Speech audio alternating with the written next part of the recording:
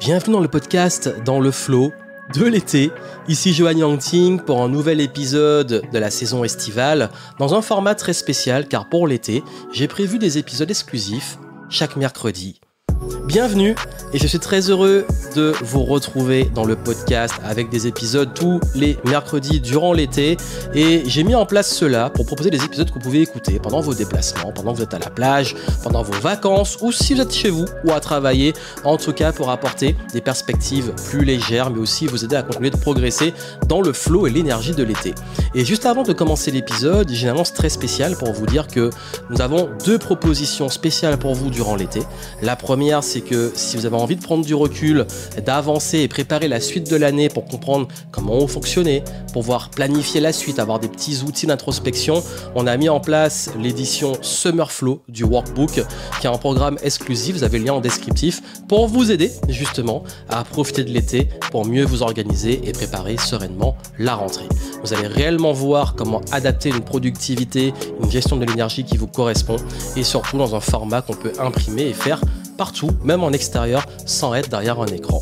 Et si vous avez besoin d'accompagnement, de consulting, je propose durant l'été des sessions flash selon les dispos où on peut se retrouver en visioconférence pendant 1 ou 2 heures pour travailler ensemble, pour préparer votre rentrée. Ça peut être poser vos questions, travailler sur votre stratégie d'expansion entrepreneuriale, votre organisation, selon vos besoins. Si ça vous intéresse, vous avez les infos dans les notes du podcast en descriptif. Allez voir et vous pouvez faire une demande pour pouvoir être accompagné ou faire une session flash durant l'été où on est un peu plus dispo, plus léger et on prépare la suite.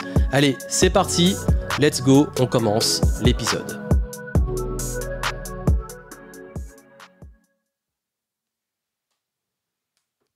Savez-vous pourquoi la majorité des méthodes de productivité sont finalement, et il faut bien le dire, contre-productives ? Je vais partager avec vous les vrais et réels et profonds problèmes des méthodes de productivité à la mode. Surtout si vous avez du mal avec tout ce qu'on voit, notamment sur les réseaux, avec les histoires de douche froide à 5h du matin, méditer je sais pas à quelle heure et suivre des morning routines, miracle morning, et puis tous ces trucs à la mode, parce qu'on sait que dans la pratique, ça ne marche pas comme ça, et c'est pas ça qui va vous rendre millionnaire. Vous pouvez devenir millionnaire et le faire, mais c'est pas juste ça qui va changer les choses. Non, c'est un exemple typique parce que souvent on dit aussi, c'est si tu prends des douches froides et si tu médites pendant je sais pas combien de temps et tu vas faire du sport et que tu vas en plus noter tes objectifs, tu vas voir ta vie, elle va changer, tu vas avoir l'abondance et tout. Non, en réalité, la productivité, et il faut revenir à la base de ce que c'est réussir à pouvoir utiliser intelligemment son temps. Mais on est aussi à une époque où on se rend compte qu'à chaque fois qu'on est dans des injonctions, des il faut, des c'est comme ça, beaucoup de gens essayent de rentrer dans des moules et à force, ils deviennent des tartes. Donc, voici les conseils réels pour quelqu'un qui fait de l'accompagnement et des conseils sur la productivité depuis tant d'années, ce qui va vraiment, pour le coup, vous aider d'un point de vue réellement profond. Déjà, il faut savoir que le problème qu'on voit le plus, c'est qu'on est dans une surcharge d'outils. Ça veut dire qu'on est tout le temps avec plein d'outils, de techniques, de hacks qui vont créer plus de confusion et de stress supplémentaire. Il faut que j'achète Asana et ensuite Trello et ensuite un truc de to-do list et ensuite Google Agenda, il faut que je l'installe et ensuite Calendly et puis ceci et puis cela. Et puis on se retrouve avec plein d'outils. D'ailleurs, je crois que ça m'a marqué parce que quand j'ai lancé mon programme Flowtasking là en juin, je me suis rendu compte que la majorité des membres du programme, quand on est arrivé justement à la partie outils où je simplifie et balaye pour choisir les outils qui sont vraiment pertinents selon le profil pour simplifier à mort, j'ai vu à quel point pour beaucoup c'était le chaos. J'ai vu à quel point beaucoup étaient perdus dans trop d'outils. Donc là justement on est allé simplifier les choses et comprendre quel outil, pourquoi, dans quel sens par rapport à nous-mêmes. Mais vraiment, simplifiez les choses, faites le tri dans vos outils. Il n'y a pas besoin d'avoir 10 000 usines à gaz pour être productif. D'ailleurs, très souvent, un carnet et un crayon suffisent pour s'organiser. Mais après, aujourd'hui, on a quand même des bons outils à utiliser, mais il ne faut pas s'y perdre. Et puis souvent, c'est trop rigide, c'est excessif. Vous savez, on impose une structure rigide, on n'est pas flexible, c'est la routine, c'est comme ça, il faut faire ci, il faut faire ça.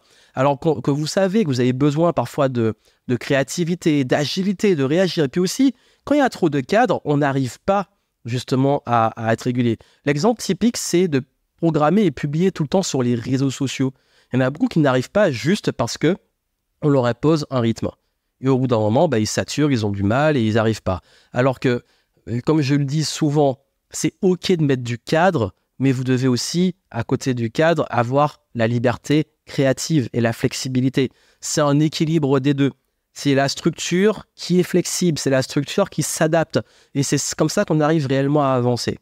Aussi, parfois, on veut remplir le temps. Ça veut dire qu'on crée ce que j'appelle, et j'en ai beaucoup parlé, la procrastination déguisée. C'est qu'on passe plus de temps à planifier, à s'organiser, à mettre en place des outils qu'à faire ce qu'on doit faire. J'en vois plein, hein, ils bricolent sur des outils, ils veulent trouver une bonne méthode de productivité. Ils font tout ce qu'il faut pour la productivité, sauf les tâches et les actions nécessaires pour avancer. C'est quand même paradoxal. En plus de mettre une pression pas possible, vous savez, toujours, il faut être efficace, et puis les gens, ils culpabilisent parce qu'ils sont pas productifs.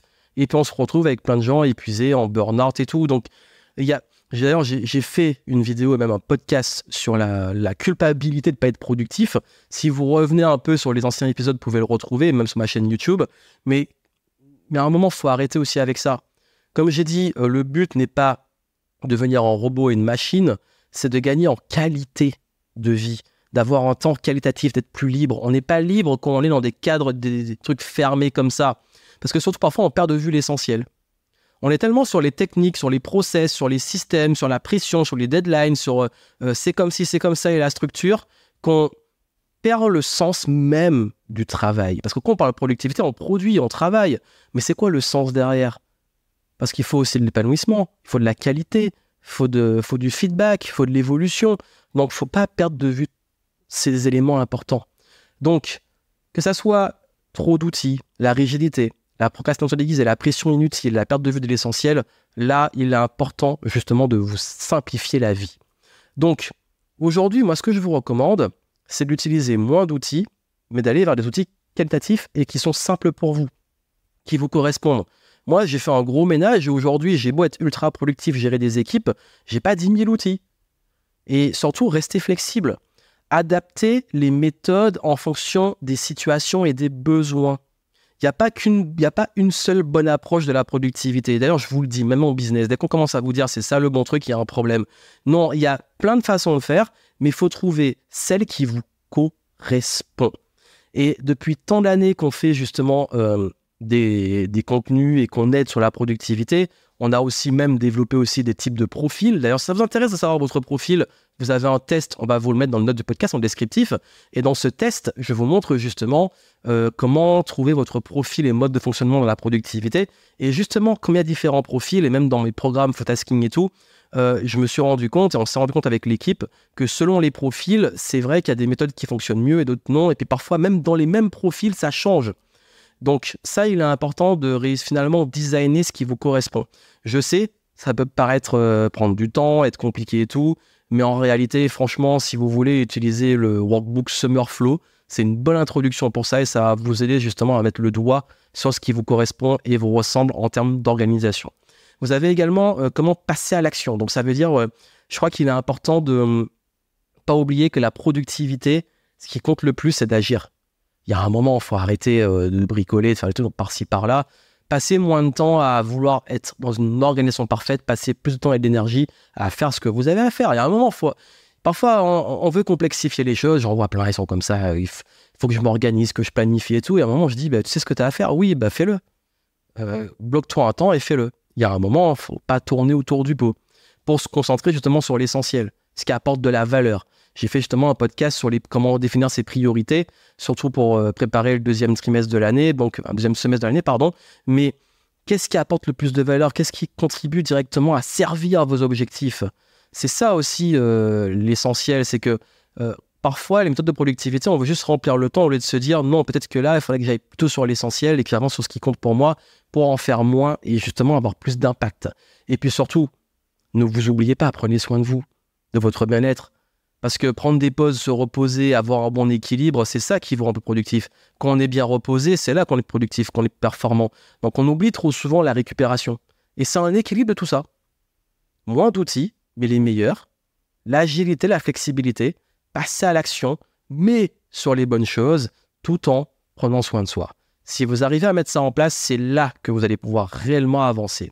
Et comme je l'ai dit, il y a plein de conseils sur la productivité, des bons, des moins bons, mais il n'y en a pas un qui est meilleur que les autres. Le tout, c'est de trouver ce qui vous correspond, c'est faire votre recette, chacun son rythme, comme on dit. Chacun a son mode de fonctionnement, ses propres contraintes, ses propres projets. Et justement, on a créé Summer Flow pour ça. C'est exclusif à l'été. C'est un programme qu'on propose que l'été. Et dans Summer Flow, justement, vous êtes guidé pour comprendre votre mode de fonctionnement et adapter une organisation qui vous correspond. Et c'est le seul programme qu'on a comme ça, surtout pendant l'été, dans ce format-là de workbook qui s'imprime, qui est ludique, qui se fait. Donc vraiment, allez le prendre, téléchargez-le, c'est en descriptif dans les notes et ça a beaucoup vous aider. Et puis, justement, comme je l'ai dit, n'oubliez pas que ce qui compte, finalement, c'est de progresser et de tomber amoureux du process. J'espère que l'épisode vous a plu. Si c'est le cas, pensez à me laisser des petites reviews, des petites étoiles, que ça soit sur iTunes ou Spotify pour recommander le podcast. Parlez-en autour de vous. Et puis surtout, moi je vous retrouve pour des prochains épisodes durant l'été. On se retrouve minimum tous les mercredis durant la saison estivale. Et s'il y a d'autres épisodes, ce sera du bonus. Mais en tout cas, le rendez-vous est pris chaque mercredi, un épisode. Et vous pouvez m'écouter sur la route, dans l'avion, dans le train ou chez vous, peu importe, on continue d'avancer et de progresser ensemble. Ça me permet aussi de préparer des petites nouveautés pour la fin de l'année. Et comme je l'ai dit, si vous voulez Summer Flow, vous avez les informations en descriptif dans les notes du podcast. Et si vous souhaitez un accompagnement ou une session flash durant l'été pour préparer la suite de l'année, vous avez les infos aussi en descriptif du podcast. D'ici là, prenez soin de vous, profitez bien et à très vite.